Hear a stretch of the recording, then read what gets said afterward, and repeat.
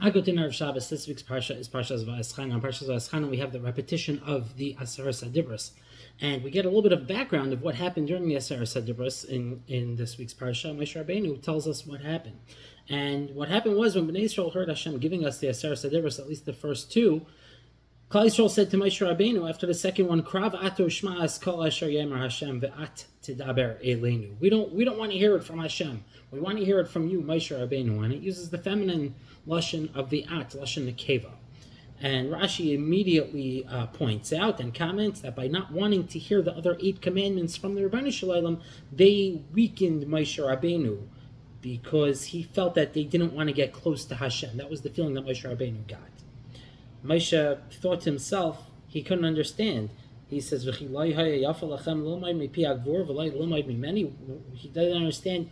Wouldn't it be better to hear straight from Hashem than to hear from an intermediary, than to hear from me? It didn't make sense to Moshe Rabbeinu. He couldn't understand it. But what's interesting is, and he thought that Klal Yisrael didn't want to be close to Hashem. But what's interesting is that in the very next pasuk, the Rebbeinu Shalom actually sides with Bnei Yisrael. In the very next pasuk, Hashem says to Moshe, "No, it's good, it's fine. They wanted to hear it from you and not from me." It says, "Shamati is called divrei ha'amazer asher divrei lecha, hey tevu kol asher diberu." It makes sense what they said. What's going on here? What's this back and forth between Moshe Rabbeinu and Hashem, seeming not a contradiction, but what's this seemingly difference of opinion, kaviyachal, between Moshe Rabbeinu and the Rebbeinu Shalom? So Ramosha Feinstein, I saw this a while ago. Ramosha Feinstein says that the difference was that Moshe Rabbeinu felt that a person should always strive to ever the Rabbeinu, ever the Rebbe. Moshe Rabbeinu always trying to push Klal Yisrael to be greater and greater, as a good Rebbe should, do. And he felt that a person should strive to be even more than he could be, to go above a person's capabilities. A person should always say, we know it says, "Masi agiu ma'aseh l'maseh avaisai." How can I get to be better, even like my fathers? Whether you're capable of it or not, you got to push for that. And that was Moshe Rabbeinu, again, ever the Rebbe, trying to push his Talmidim to go further and further beyond their capabilities or beyond what they think they're capable of. But Hashem was saying, no, hold on. I only demand of people what they're capable of. I don't demand for them to do more than what they're capable of. If the people aren't on that level, then it's better that they don't hear it from me. They're not ready for that yet. We'll give it a shot, but they're not ready for it. It's okay. So the question is, what was Hashem telling us? Was he saying we should just be complacent? Was he saying that we shouldn't strive to be as great as we could be?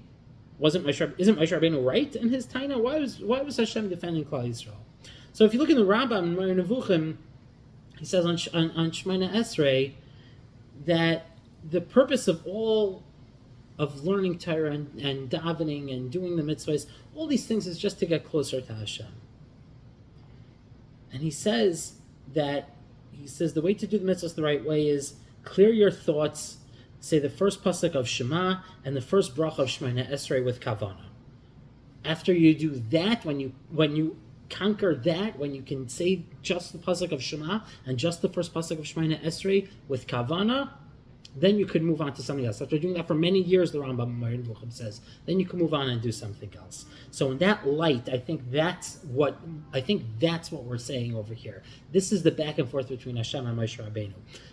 Klal Yisrael came to Har Sinai, and they're getting to the mountain right now, and right away to jump to something that they're not ready for, you can't do something too fast. When you want to try to accomplish something, don't try to jump in and do it too fast. You can't come off of this happens a lot. I've seen it. Everyone who's gone through the yeshiva system has seen it. A person who coasts through high school, goes to Beis Medrash, they burn themselves out. They learn El Zman, they learn the whole Zman day and night, and they burn themselves out, and they're done. And then they can't learn anymore. And that's natural. You can't do it like that. You have to grow slowly. You have to see what you're capable of, conquer that, do what you're capable of, and then slowly add on level by level. And once you get used to that, then it'll be like Moshe Rabbeinu said, and then you can go and try to attain the highest goal. But just to jump immediately to the highest possible thing, that the Rebbeinu Shalom was saying, it's okay, they're right. They weren't ready for that. We'll get there maybe, but not yet. So let's all try to all grow in our avodah, and getting closer to Hashem, which is the main thing, but on our own level, one step at a time. Let's conquer whatever it is we're capable of, and then grow further from there. Have a great Shabbos.